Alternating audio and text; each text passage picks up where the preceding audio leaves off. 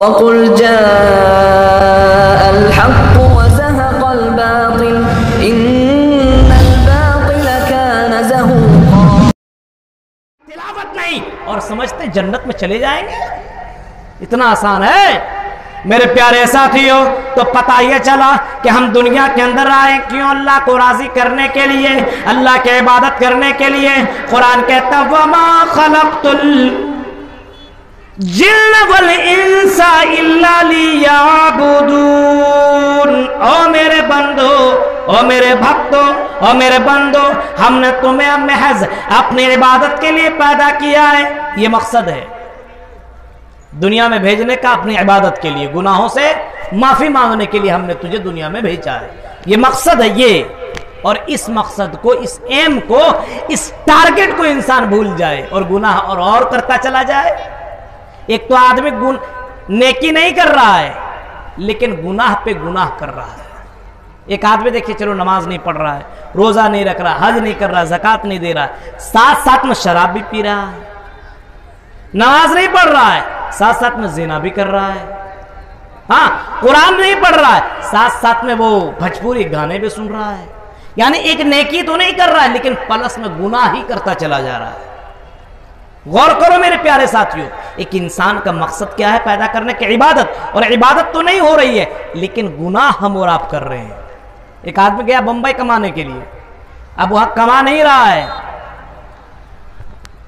چلا گیا ادھر باندرا، کب نکلیں گے شاہ رخ خان کو دیکھوں گا، اور کمانے کے لیے گیا ہوا ہے۔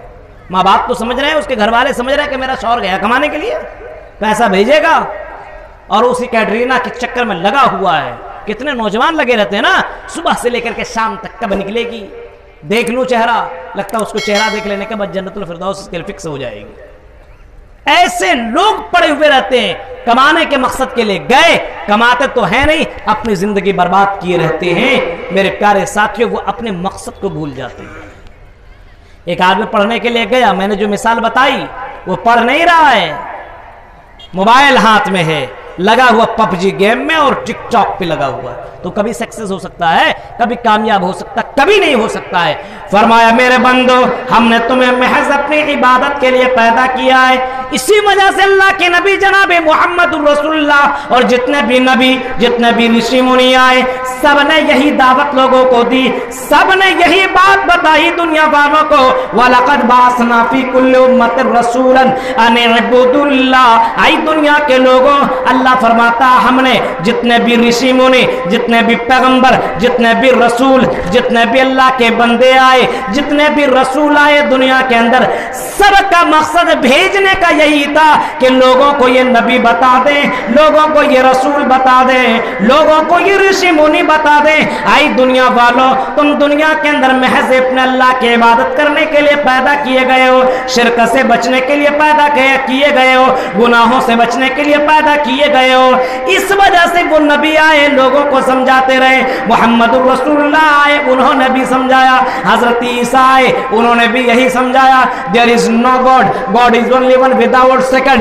ایک ہی خدا، ایک ہی رب، ایک ہی ایشور ہے، دوسرا نہیں ہے۔ محمد رسول اللہ آئے، انہوں نے بھی کہا ہے ایک ہی اللہ، اسی کی عبادت کرو، اسی کی بھکتی کرو، اسی کی پوجا کرو، اس کے علاوہ کوئی عبادت کے لائق نہیں ہے، اس کے علاوہ کوئی پوجا یوگ نہیں ہے، اس کے علاوہ کوئی سجدہ کرنے کے لائق نہیں ہے۔ نبی اکرم بھی اپنی زبان مبارک سے مکہ والوں کو خطاب کرتے ہوئے فرمایا، اے مکہ والوں، 360 مورتیوں کی عبادت کیوں کرتے ہو؟ تم شرک کیوں کرتے ہو؟ تم زنا کاریاں کیوں کرتے ہو؟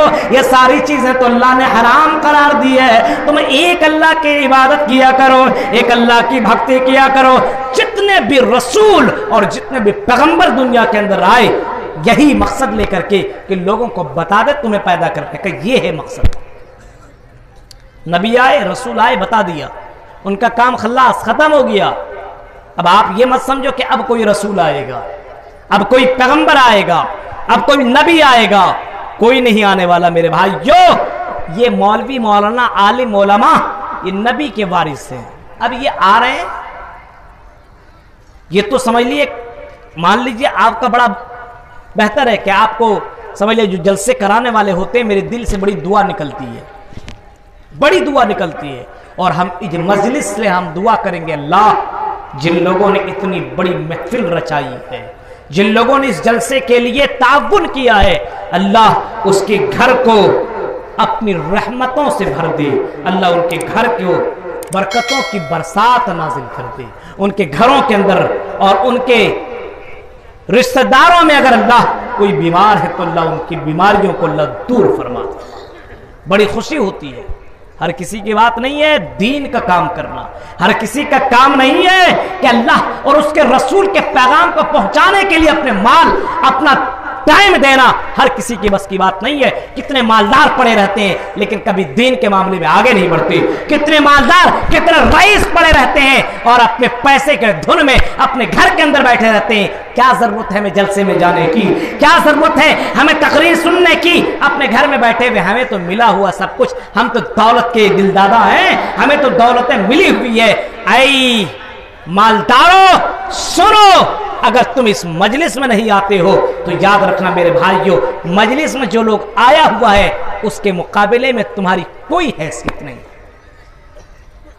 مقصد بھول گئے، اس وجہ سے مقصد یہ دیکھیں مائک، اس کا مقصد ہے میری آواز کو آپ تک پہنچانا۔ یہ مائک ہماری آواز کو نہ پہنچا تو اس مائک کو یہاں رکھنا بیکار ہے۔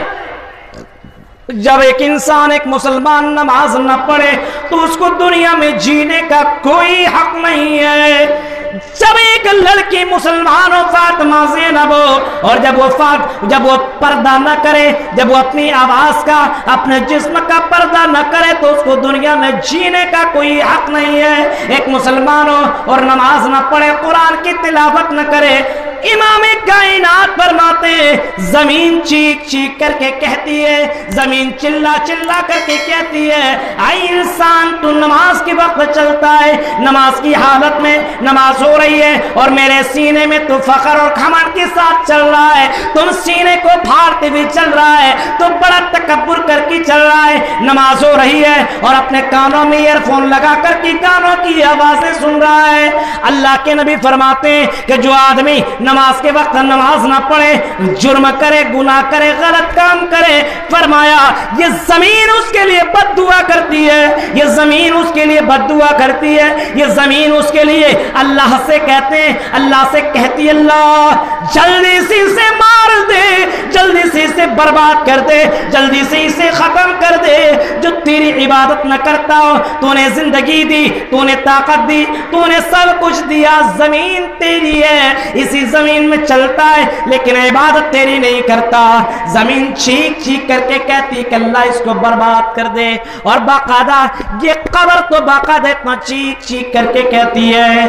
حضرت عبداللہ حضرت عمر بن عبدالعزیز فرماتے ہیں، وہ کہتے ہیں کہ قبرستان میں گئے، صحابہ کرام ان کے جو ساتھی وہ بیان کرتے ہیں، امیر المومنین حضرت عمر بن عبدالعزیز قبرستان میں جاتے ہیں اور قبرستان میں پہنچنے کے بعد کسی جنازے کے نماز کے انتظار ہو رہا ہے، ابھی قبر کھودی نہیں گئی ہے، قبر کھودی جا رہی ہے۔ عمر بن عبدالعزیز قبرستان میں بیٹھ جاتے ہیں، اپنے سروں کو جھکا لیتے ہیں، ان کے ساتھی ان کے دوست بھی ان کے بغل میں بیٹھ جاتے ہیں۔ حضرت عمر فاروق حضرت عمر بن عبدالعزیز کی آنکھوں سے آنسو گرنے لگتے ہیں، حضرت عمر بن عبدالعزیز رونے لگتے ہیں، آنکھوں سے آنسو نکال رہے ہیں، ان کی داڑھی آنسو سے تر ہو جا رہے ہیں، زمین کے اوپر گر رہے ہیں آنسو۔ ساتھیوں نے پوچھا، حضرت عمر بن عبدالعزیز کے دوستوں نے پوچھا اے امیر المومنین